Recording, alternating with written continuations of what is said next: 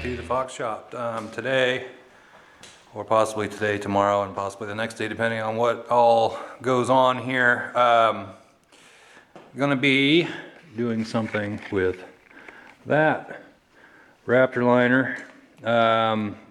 It's a 2K bed liner, but I'm not using it as a bed liner. What I have been having an issue with is on my truck with these tires. They love to pick up, yeah, that's just a little tiny one, but they love to pick up rocks out of my driveway because I have a gravel driveway, also live on gravel, and they love to get rocks wedged in these outer treads out here, and then they decide to let go at about 45-50 miles an hour, and you don't really notice it unless you get right up close, but there's some rock chips. I don't know if you can see it or not. There's one right there. Not sure if that's one or if that's dirt. But there are some rock chips in this green paint. Yeah, there's one there. Now some of that's dirt, some got some little rock chips. There's a big one right there. Like there's some there. There's one there. Because I'm going to use this Raptor liner, and I've done quite a bit of research on this stuff, and I'm going to apply that to the green area on the bottom of my truck for rock protection. So I'm going to do that, and then I'm going to come back either a few days or a week later or something. I've got some 3M blue line tape, and I'm going to go right up around that body line and tape that off, and then I'm going to spray this with Raptor as well. This particular stuff is it's tintable, so I can tint it the same color as the paint. So the first thing I'm going to have to do is I'm going to have to take what I just put on, that pinstriping, which that's not going to be a big deal, peel that off, and then tape off the green, and I'm going to sand it down with some 220. Actually, in the directions they say to just the surface should be scuffed and free from dirt and rust. I started taking this little piece off here. You just gotta kind of dig under there with your fingernail or whatever. And I forgot this came off as two separate pieces. But it actually comes off real easy. I mean, it's stuck on there. It's not going to come off by itself, but just peel it off. But, you know, as I say that, of course it breaks. It really didn't take very long to kind of figure out how to do it. So I'm just going to go along and wash this off, and then I'm going to come back and wipe it down with wax and grease remover. For the next step, boys and girls, I got some 3M blue masking tape. I'm going to take this, and I'm just going to put it just barely above that green line, and then sand it down with whatever I had over there. If it's 220? You remember? I don't remember. I think it's 220. Stick it right above that green line, just barely above it. Maybe. Okay, so you can see there I've scuffed the bottom of the truck with whatever the hell it was, 220 I believe. My green didn't quite line up on my box and my cab after I painted it, so I evened it out with the tape, so that's why there's a little bit of a gap. Then basically we're ready to just wipe it down with some wax and grease remover, make sure everything's good and clean, and then we'll be spraying this Raptor liner on there. I'll bring you back in here when I get ready to shoot it. I don't know, I'll bring you back here in just a few minutes. Doesn't look like I've done anything, but I've gone up underneath and put some scratch on all of it, all up underneath the rail there. I'm getting a little bit of help from another guy who has a YouTube channel, Velvethamma. I don't know if he says Velvethamma or Velvet Hammer. It's Velvet and then H-A-M-M-A. So he's been helping me a lot just kind of I'll throw things at him that I question, or it might even be the way what I'm thinking, to see if he agrees. And so far so good. I'll put a link to his YouTube channel in the descriptions below. Check him out if you like any kind of paint and bodywork type stuff. I really like watching his channel. I like what he does. But I've got this all scuffed. I need to start taping and taping paper basically back up behind the panels, and make sure I don't shoot the frame with green paint. That'd be, or green bed liner. That'd be nice. All right, everybody, it's the next day, and I've started putting some paper on it here. I had, like on that rock chip right there, I put some epoxy primer on that. I'm going to cover the whole truck with, I'm going to put a layer of paper like I'm doing now, and on both sides, and then I'm going to cover the rest of it with plastic. Got it pretty much all covered up. Still got to tidy up a little bit in the wheel wells. I don't want to be getting any of that green paint on, probably all along the frame too. I don't want to be getting any of that, or the green bed liner on my frame, or on my radius arms in there, or on my wheels or tires. So I got to do something as far as covering all that. So it's the next day here, and like I left off yesterday, we got the truck all covered up. I'm getting ready to mix some of this stuff up. And what you have is 750 milliliters of the Raptor base, and then to that you add 250 milliliters of this, so that's 3 to 1. And then you're supposed to be able to add up to 10% of your tint, your base coat paint. So this 750 and 250 would be 1,000, plus for 10% of that would be 100 milliliters of base. Now, from what I've seen online, or from what I've read online anyway, that gets the bottle pretty full. Then you're supposed to shake it up for 2 minutes and get it all agitated. What I'm going to do is I'm going to measure out the hardener, the hardener, in a paint cup over there. Measure out 250 milliliters. Add that into the bottle, and then measure out 100 milliliters of the base coat. Put that in here, and then shake the shit out of it, and we'll give it a try. So that's where I'm sitting right now, and now I've just got to get my paint out and get everything ready to go. So what I've done here, I got my paint cup. I marked off 250 milliliters, which is also basically 8 ounces. So then I'm just going to pour my hardener into that.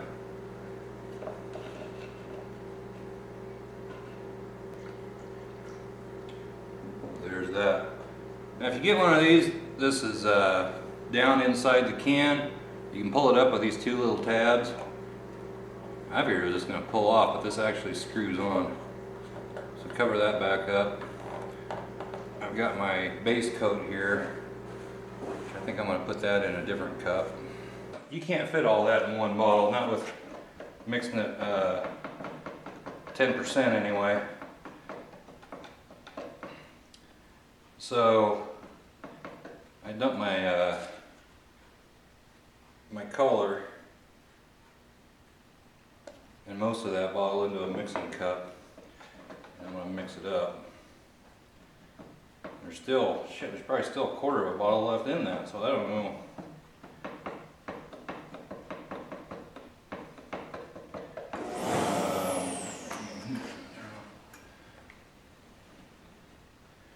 So I think what I'll do is I'll pour this, which it comes out mostly, it's white, it looks like milk. I'm going to pour that into there. And then I'm going to mix these back and forth.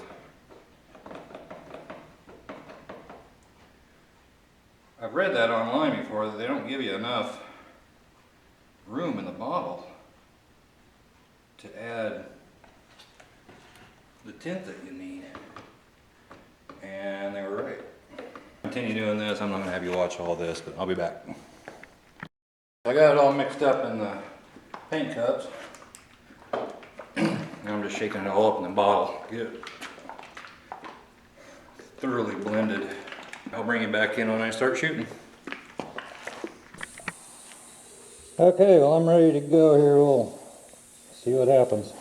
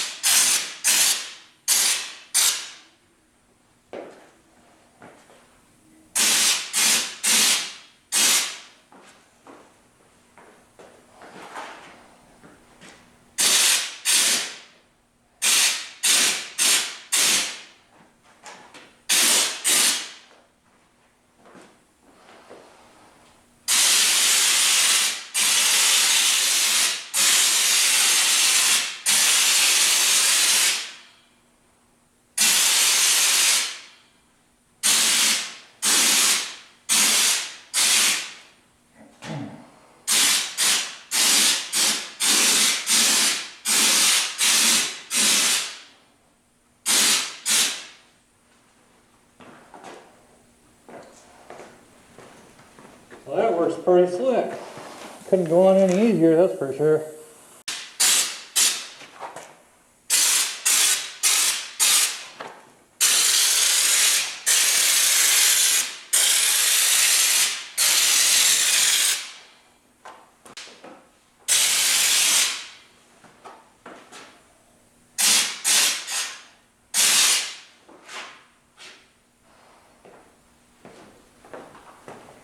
I'm going to go over and do the other side now. I'm going to shut you off for now. So I've got the first coat sprayed on and I think it looks pretty good. It couldn't get much easier than spraying that stuff. Being that I was spraying over the same color, you'd almost say, oh, you're finished. The light reflecting off some places makes it look like there's a line or something down the middle, but it's just light reflecting off of it. I got it covers great. It really doesn't overspray very much, but probably a good idea to have your vehicle covered.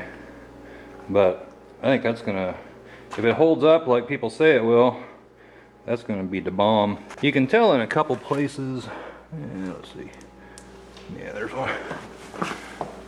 Like right below where the blue tape was, you can still see white right there.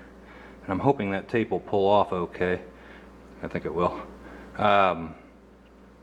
So while it may look like it's covered really good down on the green, perhaps it isn't, since that white isn't covered up in places.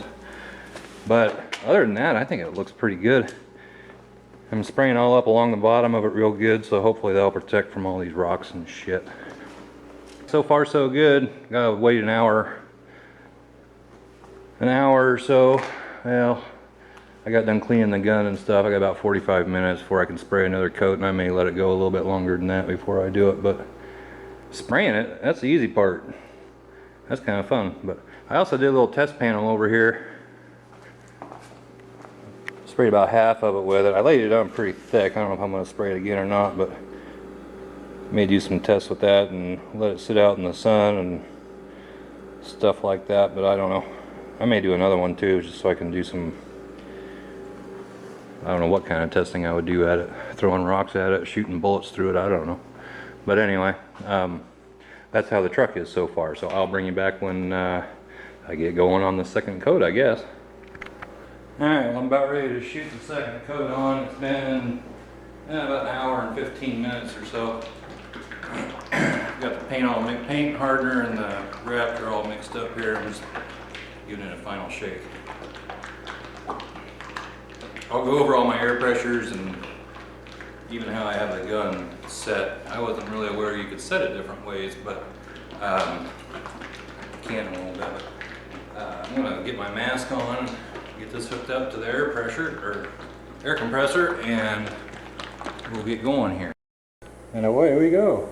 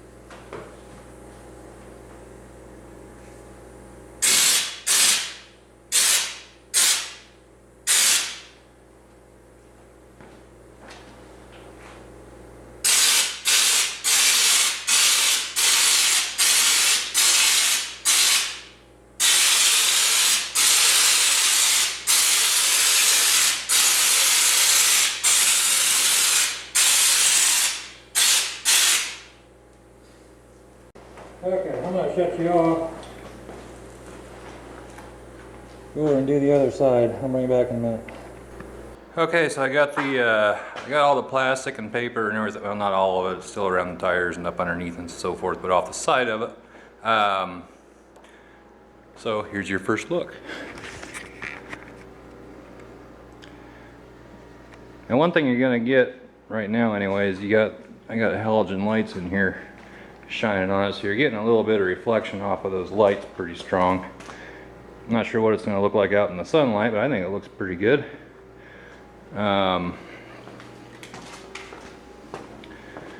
If anything, I would think it would flatten out just a smidge. Oh, shoot, looks like I got a little bit up in there. Feels like I can get that off. That's what she looks like. The truck is a little dusty. You can see the difference, maybe. If you shut this light off, pretty much just looks like paint from here.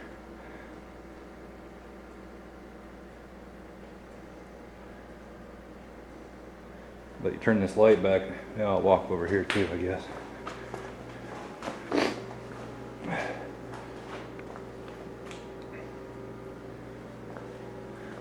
But you turn those bright lights back on, and where all the little bumps are and stuff, it reflects off of it pretty good. At least I can see it. It doesn't look like it on the camera so much, but anyway, that's the way it is. I would think that would give more protection than just the paint that was on there. Because as you saw before, it was getting quite a few rock chips and so forth in there. So I also sprayed 2 bottles. Well, I pretty much used 2 bottles. I sprayed right up inside, underneath there, inside that lip and stuff. I sprayed up in there too. So anyway, it really doesn't seem to overspray that bad, although better safe than sorry. All the plastic here in the back. I noticed, I can't see it now, but I did notice a couple places where there were a few specks of green on it, and you don't want to get that up on your glass or on the hood or anything. So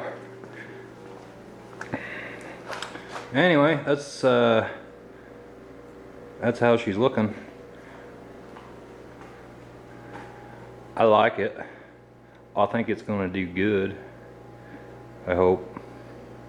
Anyway, that's the way it is. It was either that or it was just going to get beat to shit with rocks, and hopefully this stuff will prevent that. They say this stuff will even bend with the metal, like if you're, wait till this dries, but if you were to bend that, it would, it's not supposed to crack or anything. So I tried a little piece right there with brushing it on with just I tried a sponge brush, that's my foot, sponge brush, and then a little paint brush. That didn't work very good. And I had these little roller things. I was going to try with those. I can't find my little roller to roll them on with, so I don't know where that went. But anyway,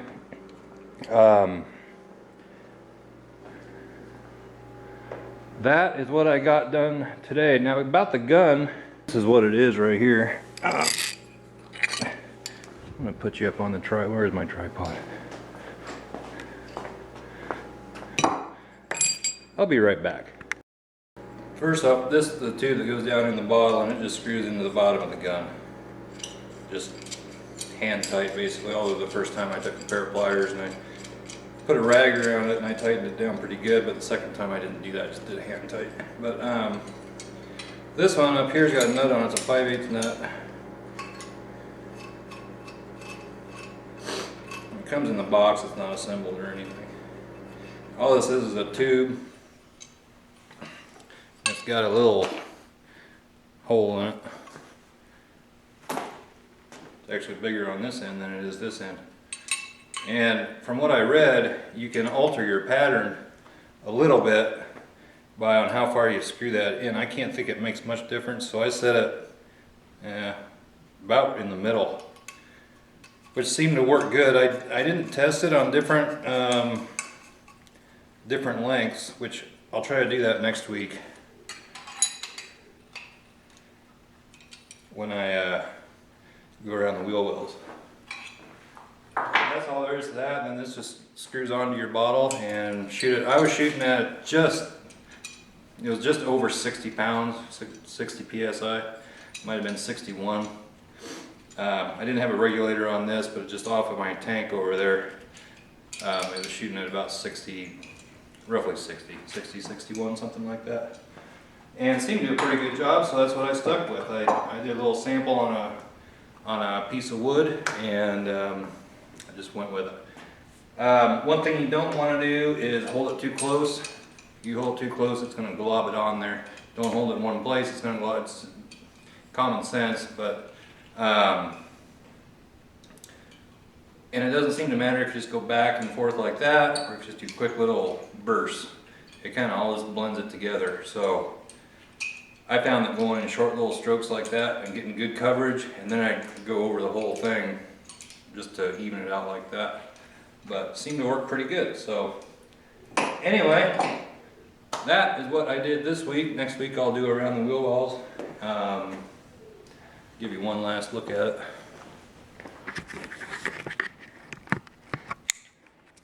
There she is.